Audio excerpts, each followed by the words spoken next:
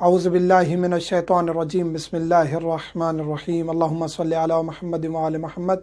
मोमिनीन कराम, साबका वीडियोज़ में हम जिक्र कर चुके हैं कि बैंकिंग के अहकाम क्या हैं, बैंक से कर्ज़ लेना, घर के लिए कर्ज़ लेना, बाकी तमाम चीज़ें हम हलाल हराम के बारे में डिस्कस कर रहे हैं कि हलाल और हराम में क्या फ़र्क है। और आजकल जो लेटेस्ट दौर है, ऑनलाइन सिस्टम है इन्वेस्टमेंट का, डिजिटल करेंसी आ गई है, बाकी चीज़ें हैं, ये हम डिस्कस कर चुके हैं।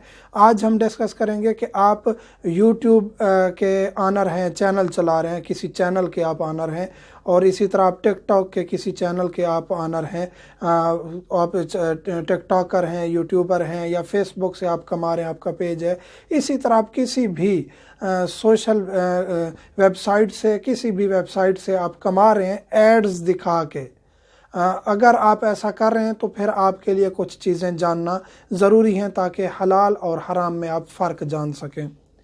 यूट्यूब, फेसबुक, इंस्टाग्राम, टिकटॉक वगैरह से व्यूज़ पर कमाना जायज़ है। मसलन आप कोई हलाल काम कर रहे हैं, जायज़ काम कर रहे हैं, इस्लामी वीडियोस डाल रहे हैं, कोई ऐसा मसलन कि खेल की आप वीडियो डाल रहे हैं, उसमें मौसीकी नहीं है, हराम कुछ नहीं दिखाया जा रहा, वो आप पोस्ट कर रहे हैं या वीडियो डाल रहे हैं, उससे आपको व्यूज़ के ऊपर पैसे मिल रहे हैं, तो उसमें कोई हर्ज नहीं, आप ले सकते हैं, कमा सकते हैं, जायज़ है। चाहे वो यूट्यूब है, चाहे फेसबुक है, चाहे टिकटॉक है, चाहे जो भी कंपनी है।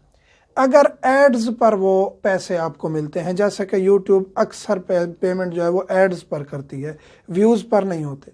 यूट्यूब आप जब एड्स आपके चैनल पर चलना शुरू हो जाती हैं, क्योंकि हमारा भी चैनल है, हमारे चैनल पर भी एड्स चलती हैं, तो एड्स के बाद फिर वो कंपनी अपने पास कुछ पैसे रख के फिर हमें देती है वो बकाया, जो हमारा एक परसेंटेज हिस्सा है यूट्यूबर का। तो आया ये जायज़ है या नहीं है? तो एड्स ज़रूरी हैं कि उस पर हलाल जायज़ एड्स होनी चाहिए। अब ये कंट्रोल करना मुश्किल है लेकिन मुमकिन है। आप यूट्यूबर हैं, आप हतमन एडसेंस इस्तेमाल कर रहे होंगे, गूगल एडसेंस से आप कमा रहे होंगे, तो उसमें जाके आप ब्लॉकिंग वाली जगह पे क्लिक करेंगे। यूट्यूब है, जो भी आपकी वेबसाइट है, चैनल है, उस पर क्लिक करके आप एड्स को काफ़ी हद तक कंट्रोल कर सकते हैं।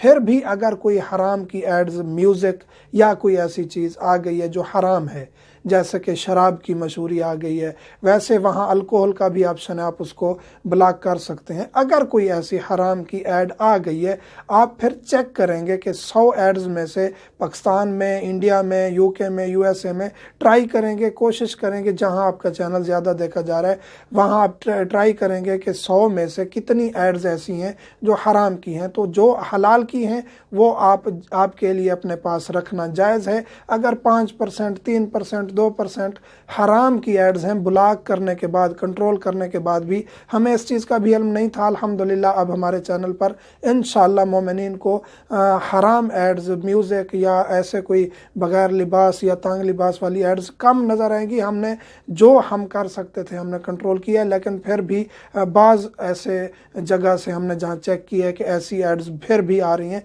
लेकिन बहुत कम, तो 1-2% ऐसी आ सकती हैं। तो अब वो जो 1-2% है वो हमारे लिए जायज़ नहीं है। बाकी जो हलाल एड्स हैं, किसी चीज़ की एडवर्टाइजिंग है, किसी प्रोडक्ट की, खाने पीने की, बाकी लेक्चर्स की, किसी वेबसाइट की, किसी गेम की एड्स चल रही हैं, वो आपके लिए एड्स जो है उससे आप कमा सकते हैं, जायज़ है।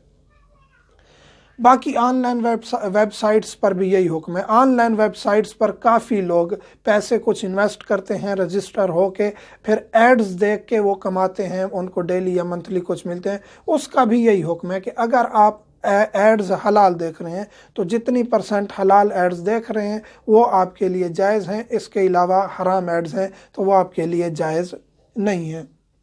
अगर हराम एड्स कंट्रोल करना मुमकिन नहीं है तो उसका हिस्सा आप पर जायज़ नहीं है। हराम एड्स आप कंट्रोल नहीं कर सकते, कंट्रोल किया है उसके बावजूद भी कुछ आ रही हैं, या ऐसी कोई वेबसाइट्स हैं जहां आप हराम एड्स बिल्कुल कंट्रोल भी नहीं कर सकते।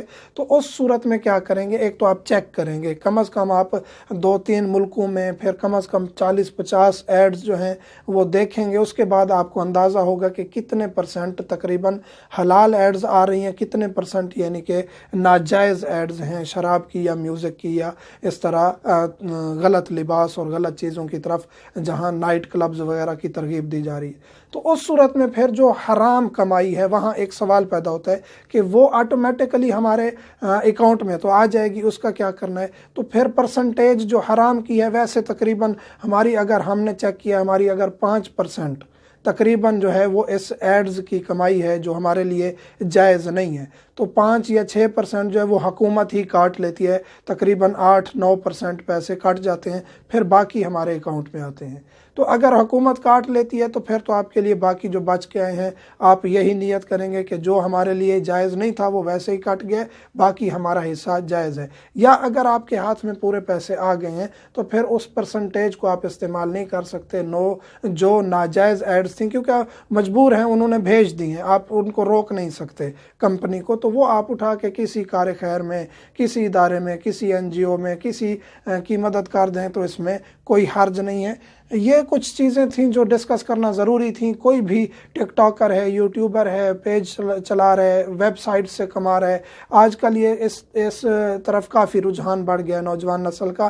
یہاں ایک چیز ویسے گزارش بھی کروں گا کہ اپنی تعلیم پر فوکس دینا چاہیے، اور تعلیم سب سے ضروری ہے۔ تعلیم وہ خزانہ ہے جو 5-7 سال 10 سال آپ کی محنت کے بعد آپ کو مستقل طور پہ ایسا آپ کو بنا دے گی کہ آپ کی نسلیں سدھر جائیں گی۔ یہ جو آپ ابھی چڑھتی جوانی ہے، آپ میٹرک میں ہیں، FA میں ہیں، ابھی آپ کی تعلیم کا عروج آنے والا ہے اور آپ آن لائن بزنس کی طرف آپ اپنے آپ کو دھکیلنا چاہ رہے ہیں، تو یہ اقدام درست نہیں ہے، کیونکہ آپ کو مستقل اس میں ٹائم دینا پڑے گا اور آپ کا فیوچر تباہ ہو جائے گا۔ ٹھیک ہے اگر آپ کامیاب ہو بھی جاتے ہیں اور اچھی آپ کمائی کر لیتے ہیں، لیکن تعلیم سے آراستہ آپ نہیں ہو سکیں گے، اور تعلیم سب سے زیادہ ضروری ہے۔ مومنین سے ملتمس ہوں ہمیں خصوصی دعاؤں میں یاد رکھا کریں۔ والحمدللہ رب العالمین۔